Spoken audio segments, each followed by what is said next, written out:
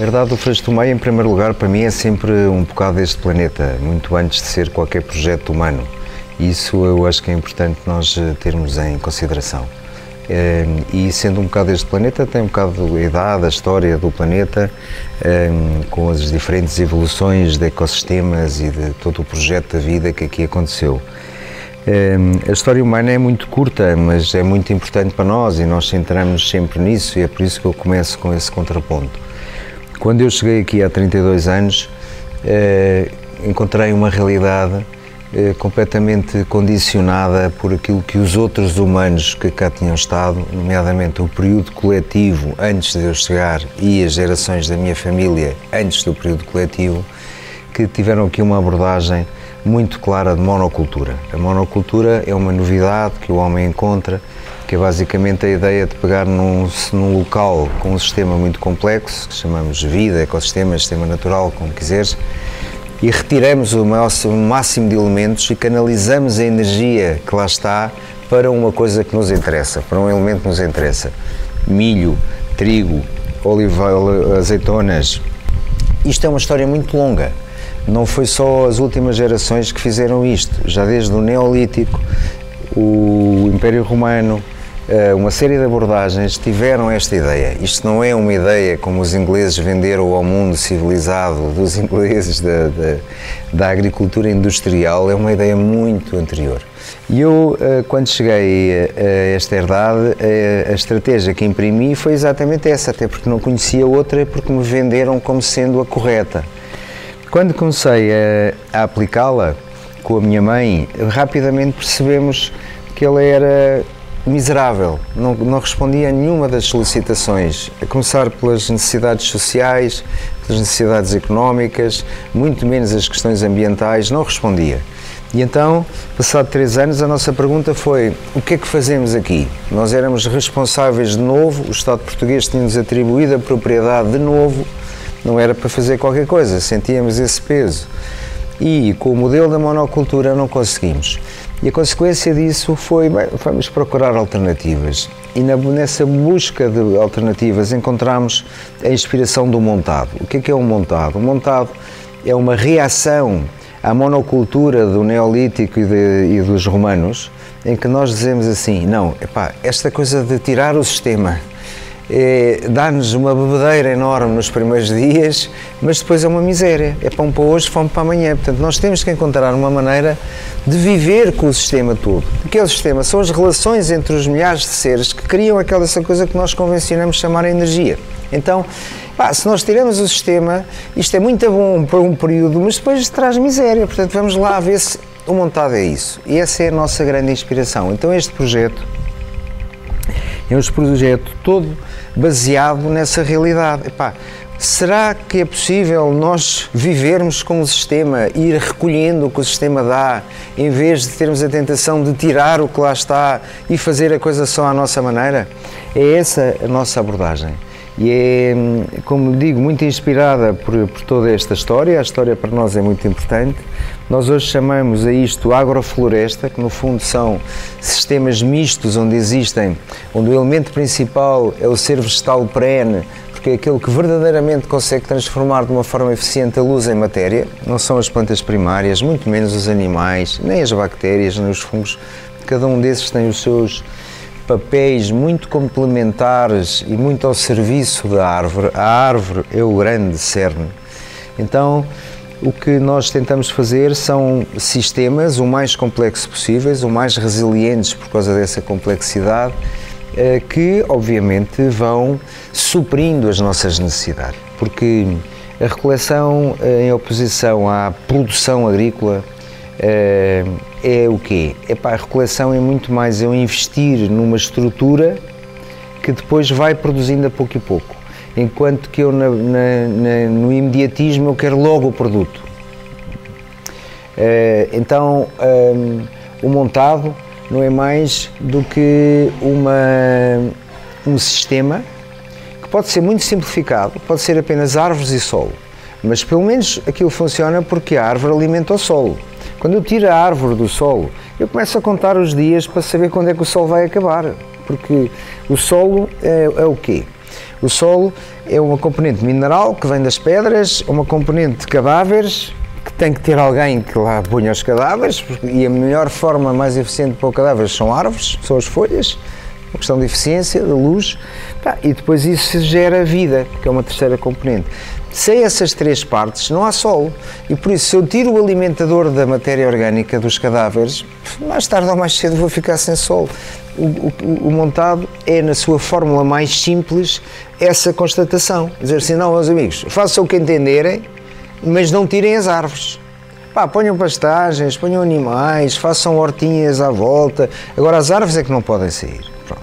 Claro que o montado, levado ao seu máximo que chegamos até agora, com o conhecimento, é muito mais do que isso. É um mosaico super diversificado de atividades principalmente selvagens, com algumas domésticas lá metidas muito inteligentemente no meio, até para suprir algumas selvagens que nós já não temos, nomeadamente a megafauna, os bichos grandes, que eram fundamentais na gestão da floresta, do bosque mediterrâneo. Nós matámos-os e, portanto, tivemos que os substituir por animais domésticos. Melhor. Agora, quando equilibrados, fazem muito bem, não é com a monocultura de vacas aleitantes que temos neste momento, que é o pior problema do Alentejo, muito mais do que o regadio ou do que dos olivais superintensivos.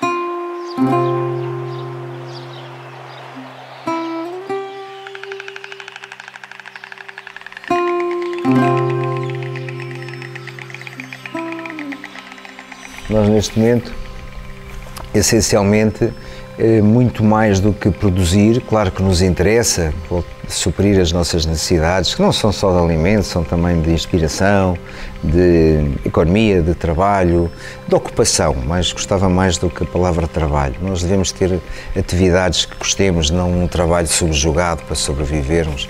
Então, eu diria que é uma tentativa de nós, verdadeiramente, com o conhecimento que temos hoje, que é também muito maior do que aquele no momento em que se criou o montado, fazermos verdadeiras estruturas que são não mais do que ecossistemas a funcionar, que de alguma maneira supram as necessidades que nós temos a todos os níveis, mas que também essencialmente garantam um mosaico equilibrado na paisagem. E então é por isso que nós nos transformamos num conceito de área protegida, porque achamos que o ecossistema a funcionar deve ser capaz de suprir todas as nossas necessidades, mas antes de mais ele tem que ser salvaguardado, tem que se salvaguardar. Nós achamos sempre, humanos, que tínhamos a possibilidade de sonhar com tudo e mais alguma coisa, e que a natureza que nos criou e que nos supra uma série de necessidades vitais existia sempre atrás do barracão que nós fizemos. Isso já não é verdade. E portanto nós temos que conseguir garantir a existência de natureza, de ecossistemas. E isso não tem que ser incompatível, volto a repetir, com a necessidade de produzir alimentos, emprego, economia.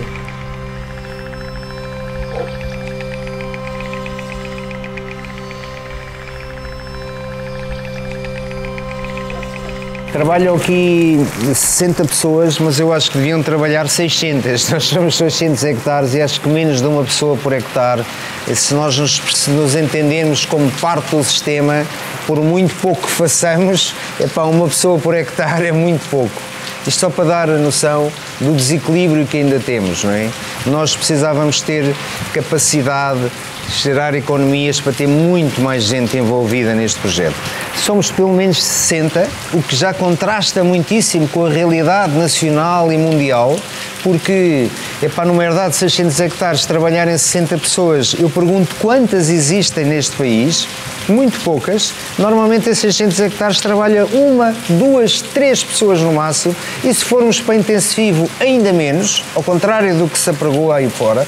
O intensivo não dá trabalho a ninguém, dá trabalho a muito pouca gente, tudo mecanizadíssimo, ok? Então, o trabalho e a componente humana é fundamental, até porque isto pressupõe também uma atitude ética diferente, que é: os humanos não estão cá para consumir tudo o resto que está à sua volta e para brincar aos escravos com os porcos e com os animais, não. Os humanos são parte do sistema e os humanos têm que fazer a sua parte e respeitar o papel dos outros. Pronto. Isso também pressupõe um conhecimento dos humanos diferente, mais profundo, em que nós percebemos que nós temos também muita coisa desassertiva como a natureza tem, isso dá-nos erros. Agora, esse trabalho de nos encaixarmos no sistema, sem bicos dos pés, humildemente, e de termos uma outra visão da forma como nos relacionamos entre nós, até porque se nós não olharmos para o outro, que somos nós, como igual, nunca vamos olhar para os pássaros nem para os outros seres na mesma perspectiva. E, portanto, o problema começa na nossa relação. E é na nossa relação que nós temos que ir encontrar forças para construir uma nova relação com os outros, que são todos os outros seres, não só os animados, também os inanimados, aquilo que chamamos recursos, porque a pedra não deixa de ser um ser vivo como os outros. Tem um ciclo temporal muito diferente do nosso, mas se nós formos lá ver bem, ela está a mexer, transforma-se e é também um ser do qual nós dependemos totalmente.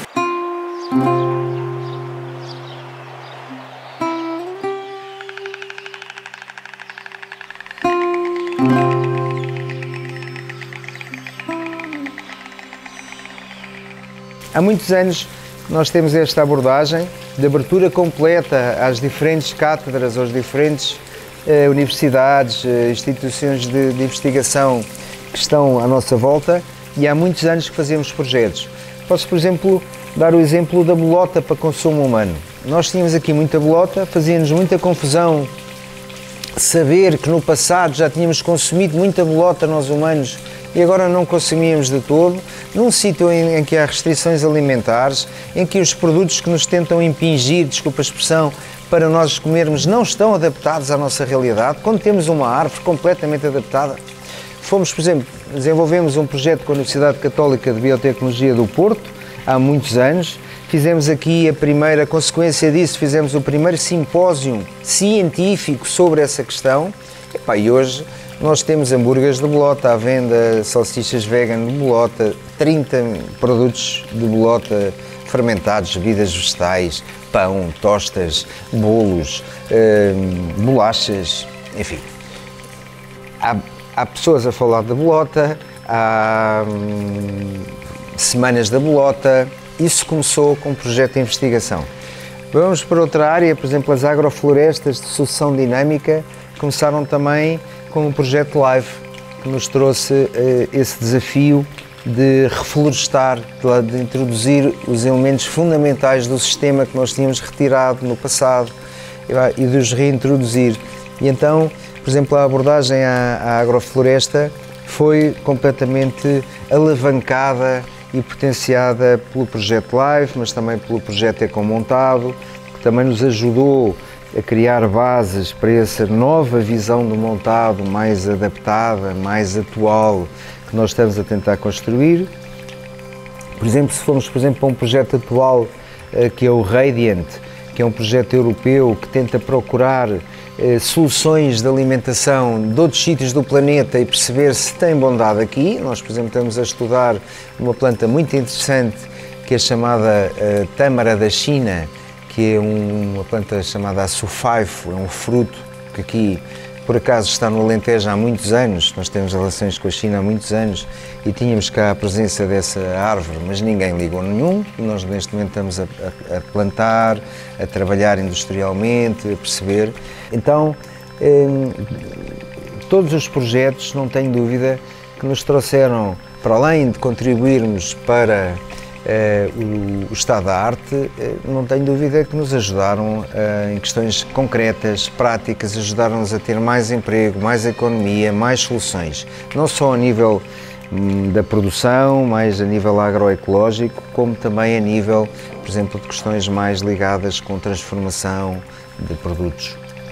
Então, as expectativas são enormes, porque a região, na sua grande maioria, como é fácil de perceber, está a leste de todas estas nossas ações e desta nossa visão e do nosso trabalho. E isso é um problema grande para nós, não é?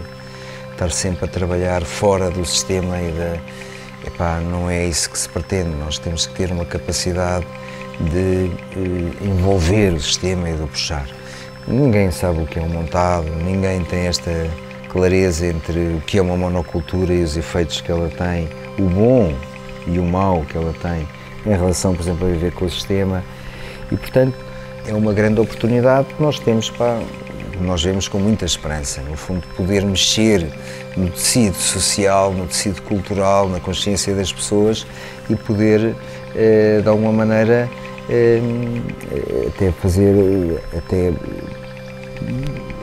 pôr as pessoas a perceber se aderem àquilo que é a nossa visão, que pode não estar correta e que pomos a hipótese de não fazer sentido, mas no fundo, olhamos para a capital da cultura como, obviamente, um catalisador de todos estes processos que nós tentamos estar a fazer parte.